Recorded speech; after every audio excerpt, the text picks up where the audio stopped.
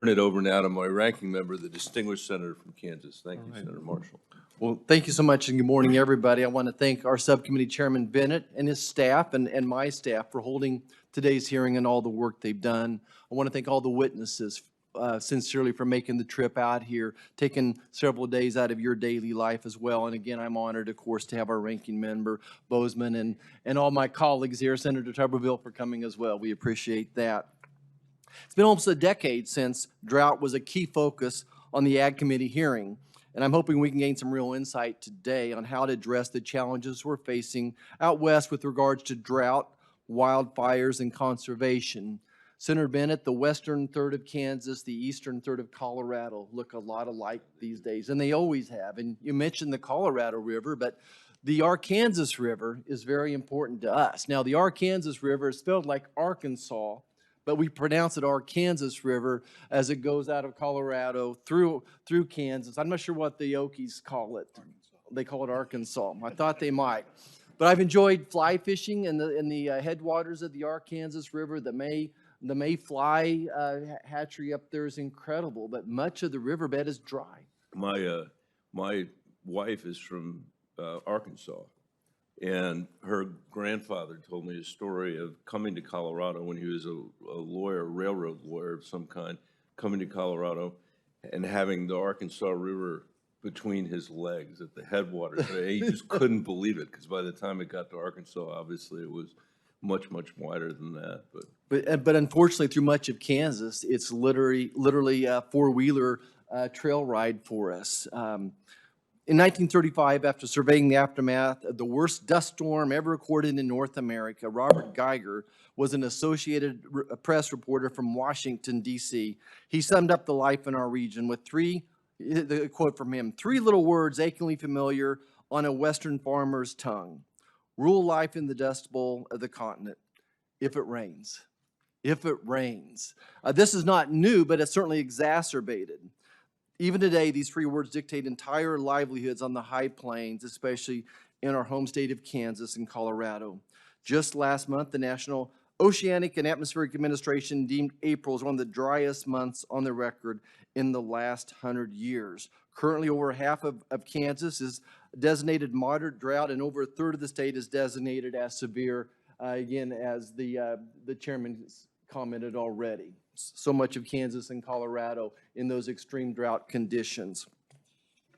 Just last week, the Topeka Capital Journal reported that the projected wheat yield in Kansas is expected to drop by over 100 million bushels. I think that's about 30% of our average yield is going to be impacted by drought this year. That's a value of over $1 billion to the state of Kansas.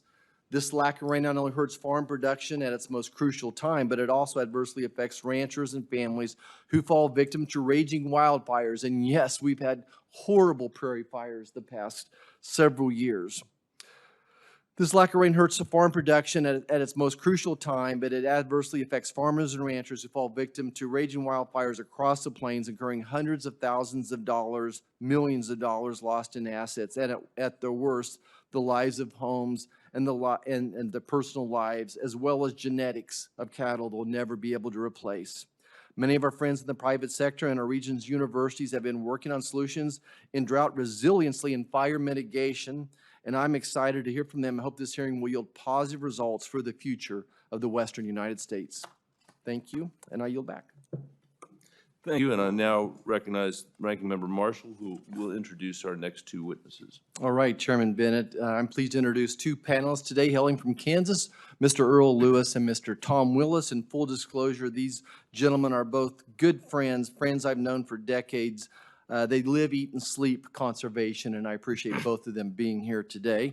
Earl Lewis is, of course, the Chief Engineer of the Kansas Department of Agriculture's Division of Water Resources and a member of the Western State Water Council. He's dedicated his career to water resources in Kansas, and his role, he's responsible for any laws in the states which are related to water conservation, management, and control. In addition to his role as Chief Engineer, Earl has served on the Governor's Water Vision team, developing the long-term vision for the future of water supply in Kansas, and is on multiple councils and boards related to water policy and conservation. Now, Tom Willis, he is a titan of agriculture. He's an entrepreneur, a businessman, and again, a lifelong conservationist before it was in vogue. He has many ventures, but one of them is the owner of T&O Farms just south of Garden City, Kansas, where he tries to grow crops on about 6 or 8 inches of rain every year. Tom was the first to establish a water technology farm in the state of Kansas in partnership with the Kansas Water Office. Since 2016, Tom and his son, a veteran, have been studying and implementing new technologies such as soil moisture probes, drip irrigation, and aerial photography to manage irrigation methods on their operation. As we continue discussing solutions for water management and usage, I'm confident that the perspectives of these two Kansans will provide beneficial to the committee. And one final shout out, I want to shout out to Dr. Herbert and DU.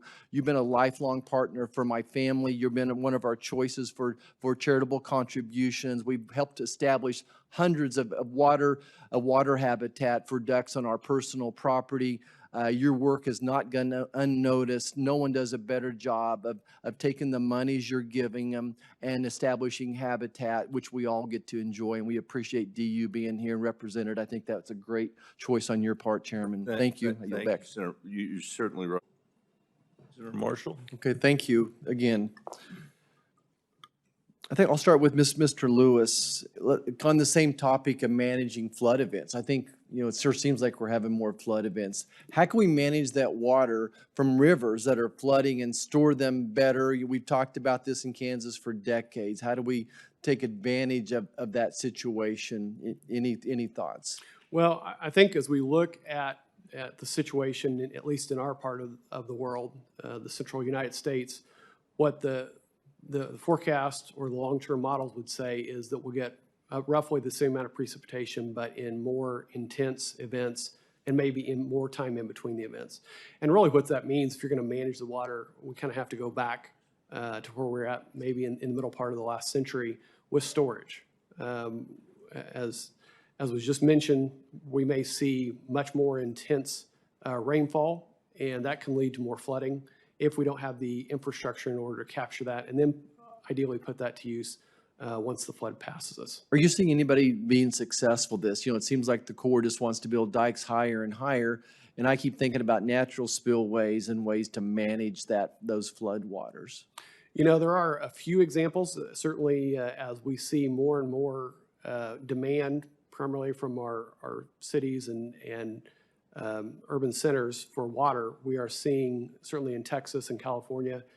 In North Texas, there was recently a reservoir that was permitted and is being built called Lower Boat Arc, which is about 13,000 surface acres. That's probably the largest reservoir of its kind being built in the United States at this point.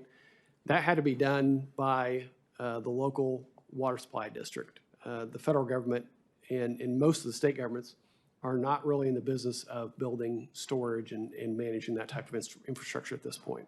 Okay. My next question is kind of a generic one that we'll see if we have time for everybody to answer. I want to know what's in the federal government conservation programs. Tom, and I'll come to you first. What's working for water conservation? What's not working? How would you improve water conservation if you were king, if you were writing the next farm bill? What would that look like to you to give you more flexibility? First of all, yeah, flexibility is the key to it. Maybe shorter term type programs. The key to getting, in my opinion, in production agriculture is to be able to incentivize the producer to try new technologies without feeling like he's going to lose his farm if things don't work. Because we're an aging population in production agriculture.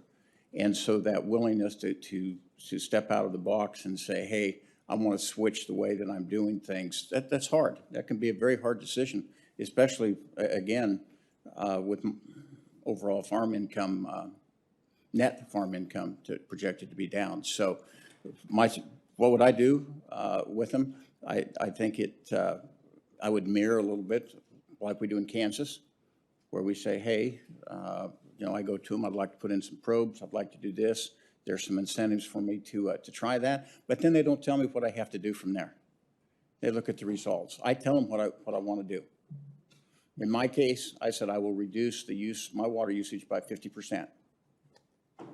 Okay. And we were able to do that, and we were able to hold net income at the same level. But I think that would be my one suggestion, Tim. Mr. Lewis, kind of expand upon that. What have you seen working from the federal level? Obviously, the state's giving them some flexibility, your control. If you were to help us direct the next Farm Bill dollars, what can we do to give you more flexibility or to make this work for your people, our people? Well, I think Mr. Willis hit on it pretty well, frankly. You know, much of the programs that are dedicated to this type of activity really weren't built for irrigation efficiency or water management. They were primarily built coming out of the 30s and the 50s with dust bowls, and they were focused on soil conservation and those kind of things. Very laudable goals and very important activity.